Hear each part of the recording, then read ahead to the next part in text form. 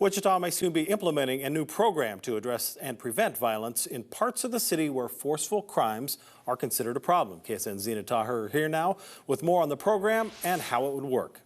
Craig, the city wants to implement a violence interrupter program to try to address long-term patterns of violence in parts of Northeast and South Wichita.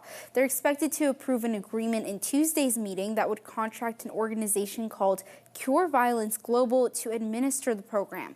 Council members say the goal is to create long-term solutions for patterns of violent behavior by emphasizing community action. The Violence Interrupter program the Wichita City Council is considering leans on community intervention. When things are going on in community, certain people know.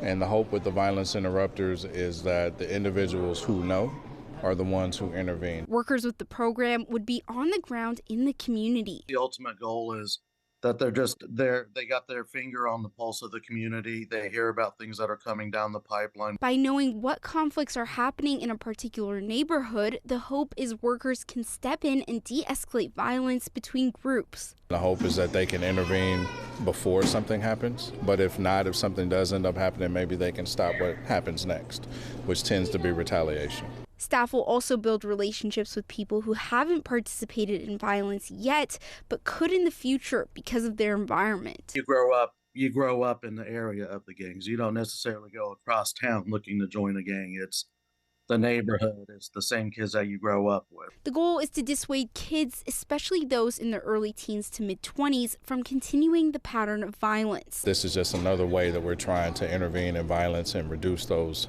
rates that we've seen climb in the last couple of years. City Council members also hope it will help lighten the load off law enforcement patrolling those communities. The plan is to fund the program for 3 years with federal dollars through the American Rescue Act. Councilmember Brandon Johnson says if the program is successful, he wants to fund it past the 3-year mark from the general fund. Here for you, Zena Taher, KSN News 3.